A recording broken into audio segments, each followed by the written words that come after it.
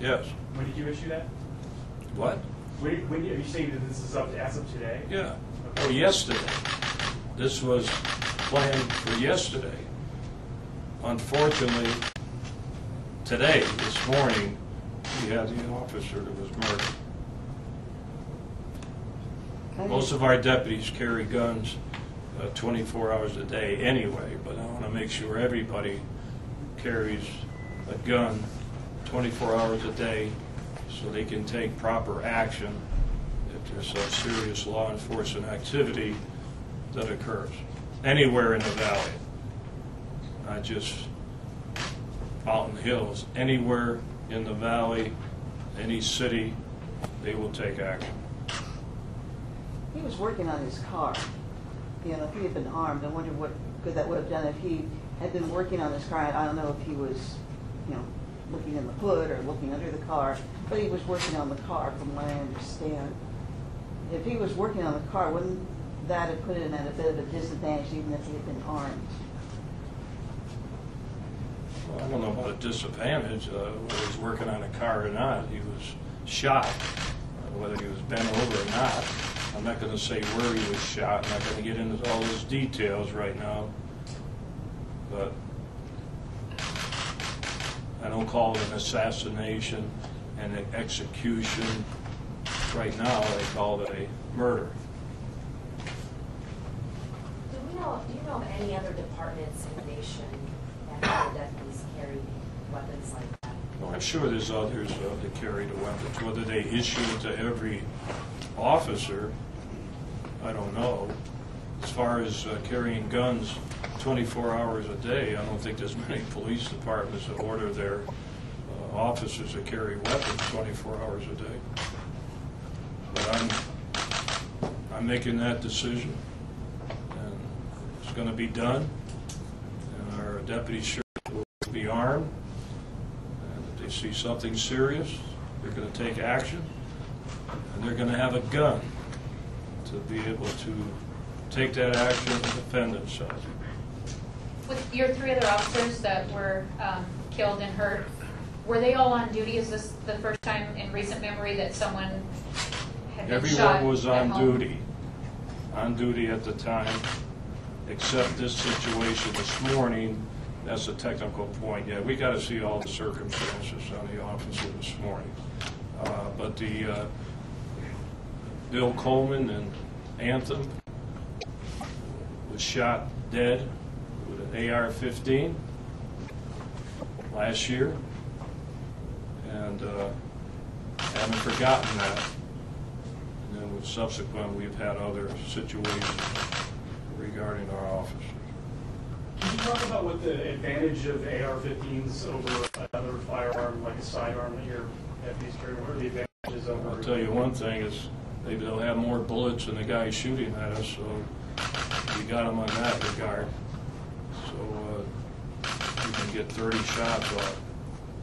So you may say that's a lot, but we got these people going into schools, shooting up schools with these type of weapons.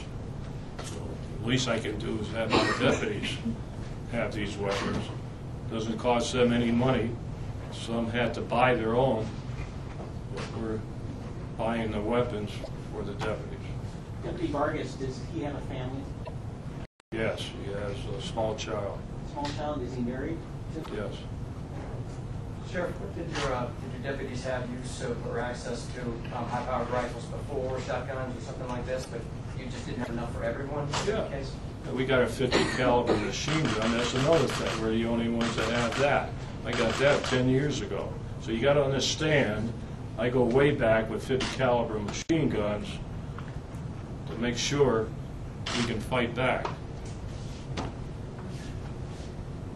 Some people may say, you know, Sheriff, this is going overboard. Really? And look at all the shootings occurring, mass shootings. And look at the cops that are being killed. Look at my deputies being killed. So if anybody wants to criticize me for overkill, these weapons, let them do it. Not going to bother me at all. Is there any evidence that the wife and child were home in this this morning shooting? I don't have all the details. Not trying to avoid you, but this is something that, once again, we're assisting the Phoenix police. We're investigating this type of situation that occurred. Can you say what form the assistance that the sheriff's office is giving the police? What kind of assistance is it? Well, we have a lot of assistance, whether it's technical or on the streets, or whatever it takes. We also run all the jails. We have good intelligence in the jails. Don't forget, this officer did work in the jail system. What's the age and gender of the child? I think the boy, I'm trying to find out if I have, I know it's a young boy. You had someone have that, 2 years old, was it? 5-year-old. 5-year-old. Do you have a picture of the detention officer? Yes.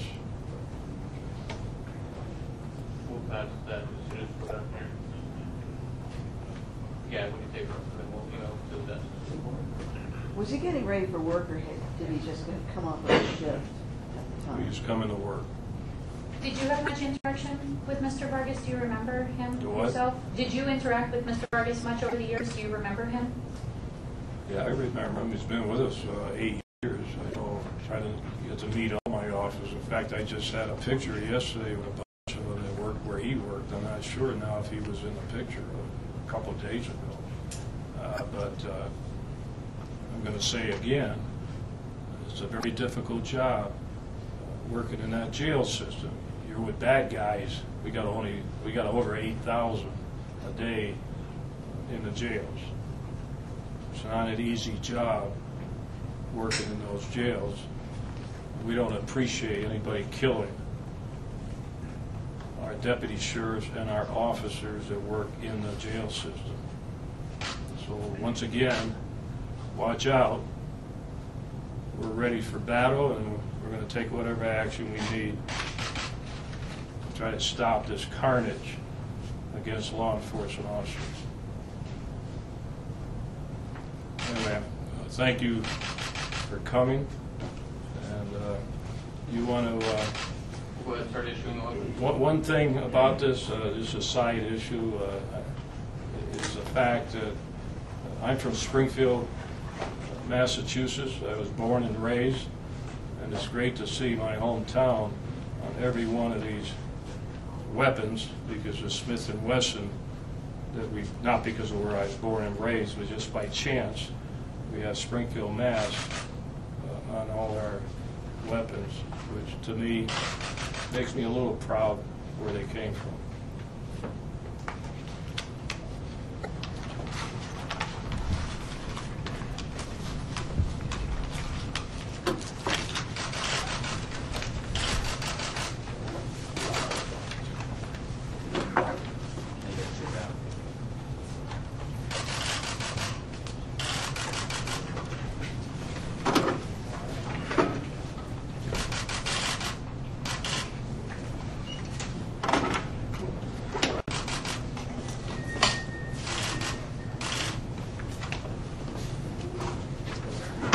You can see how much space it takes for 400 weapons. A lot of containers.